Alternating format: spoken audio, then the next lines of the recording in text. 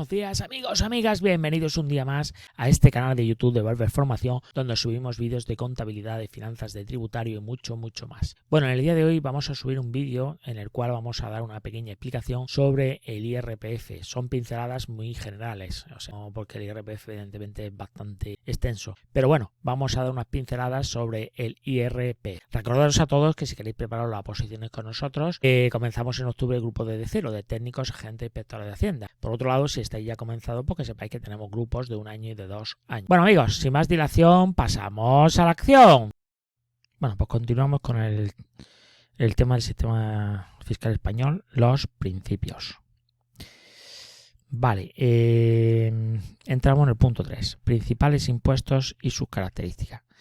Bueno, los impuestos básicamente pues se dividen en impuestos directos e impuestos indirectos. Los impuestos indirectos gravan directamente la capacidad económica del contribuyente. Podría ser, pues, por ejemplo, el IRPF, el impuesto de sociedades, todos esos son impuestos indirectos, gravan directamente la capacidad económica. Y los indirectos son aquellos que indirectamente gravan la capacidad económica, como vía consumo, por ejemplo, el IVA, el impuesto sobre el valor añadido, impuestos especiales, ¿vale? Entre otros.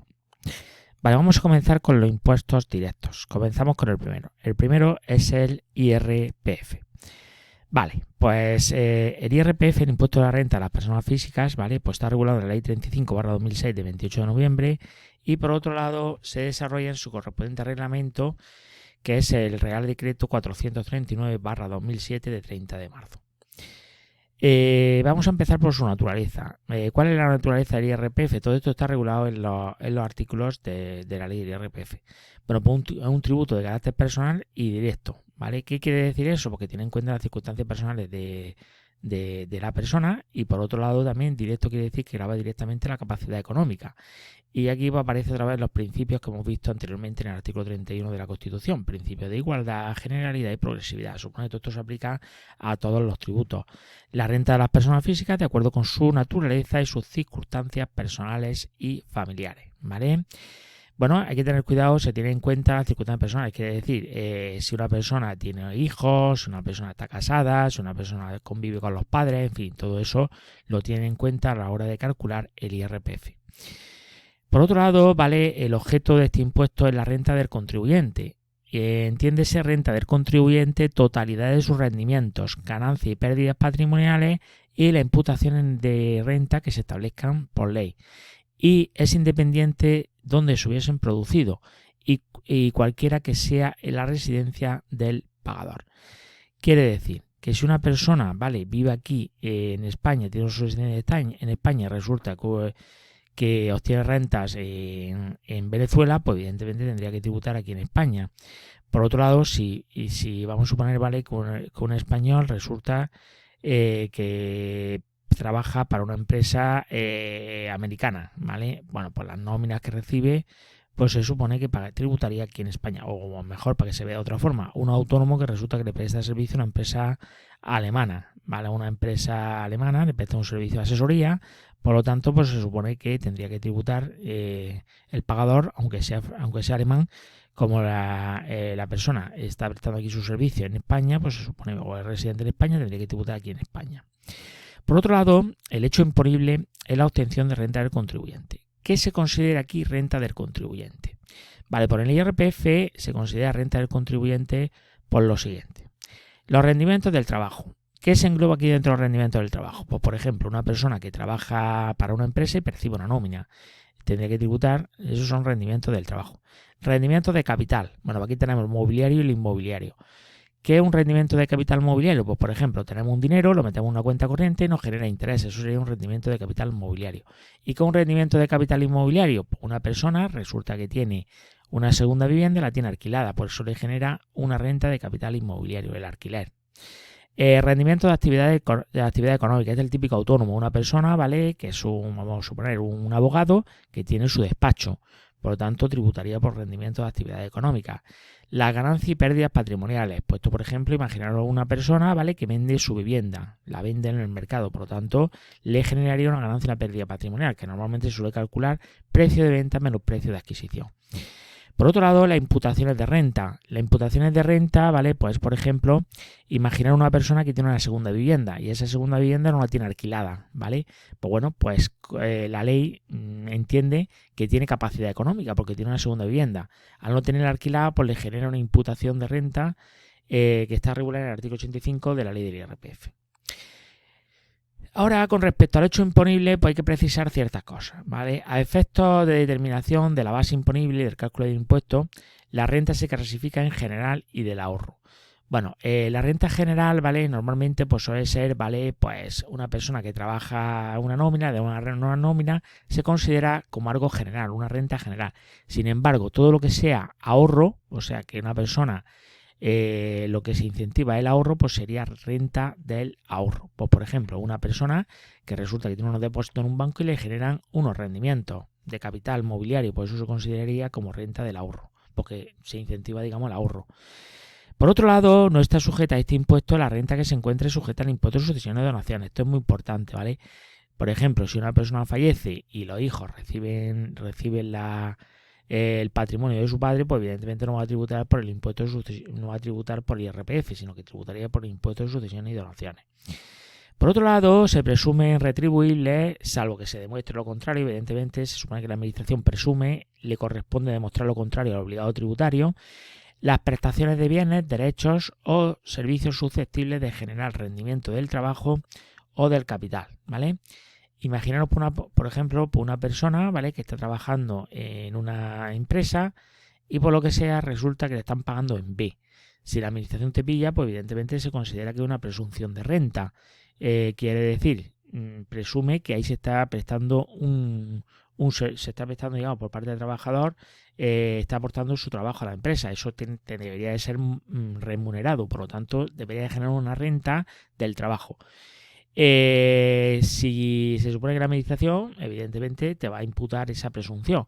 Sin embargo, tú tienes que desmontar el obligado tributario es al que le corresponde desmontar esa presunción.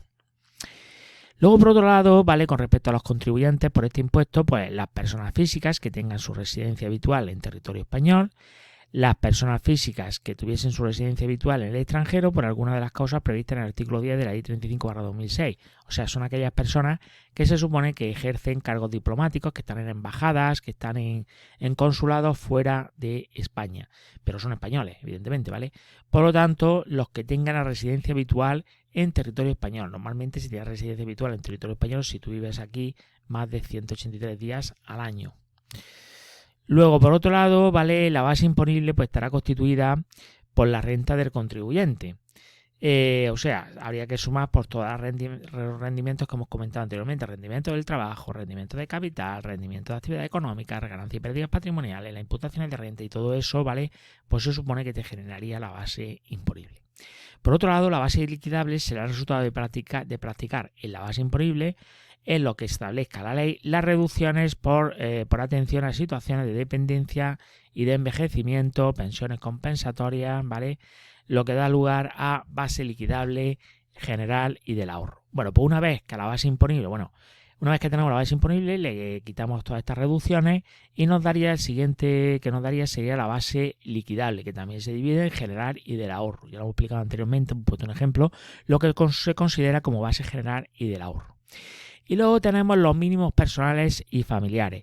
Los mínimos personales y familiares, ¿vale? Pues esto es por tener hijos, o por ejemplo, yo qué sé, pues porque los padres convivan contigo, si el niño tiene una discapacidad.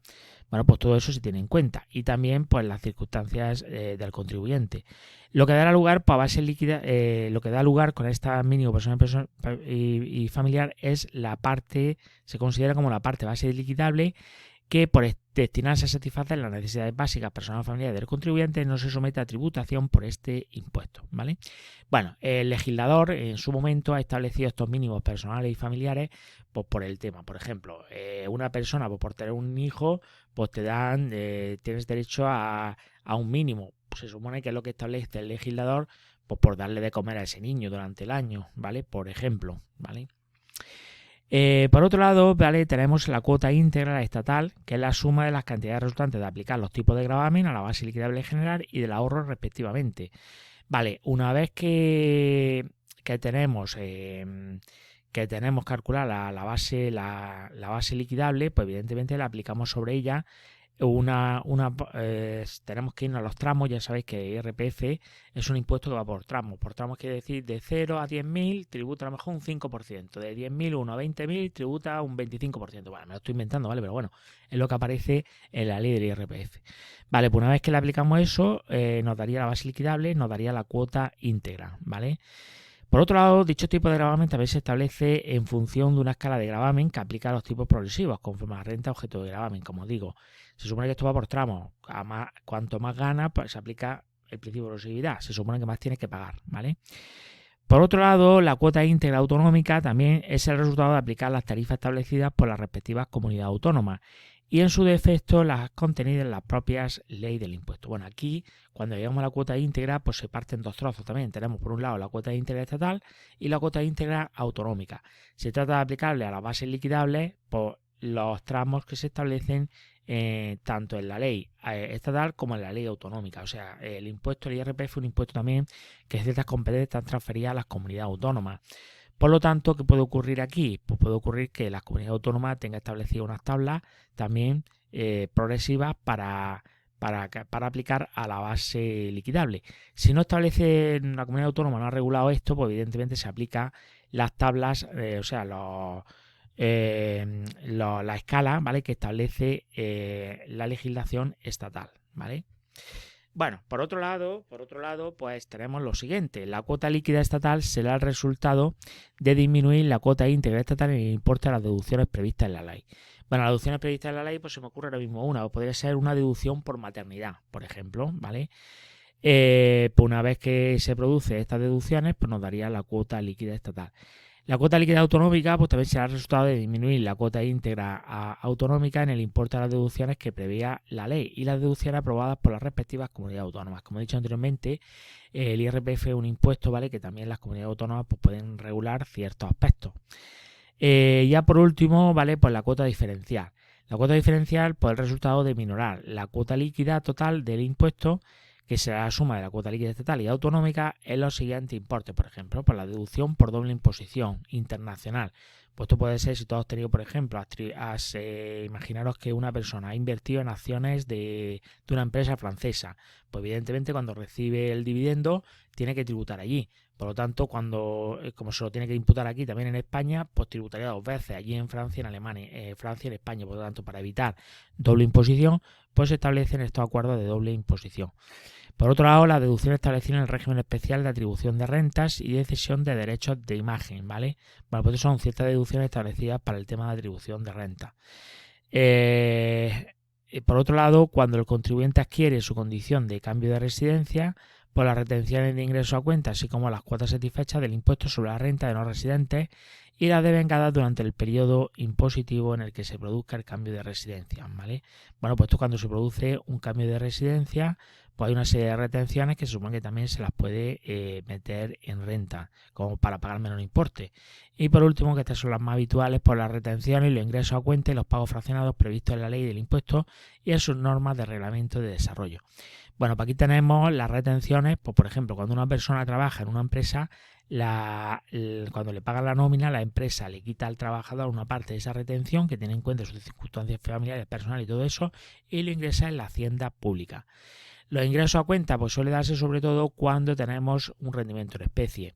Imaginar una persona que trabaja para una empresa y da el coche de empresa para que se lo lleve los fines de semana. Por lo tanto, eso se supone una retribución en especie. Por lo tanto, hay que irse a la ley y se supone que eso supone pues también que la empresa tendría que hacer un ingreso a cuenta por dejarle ese coche al trabajador.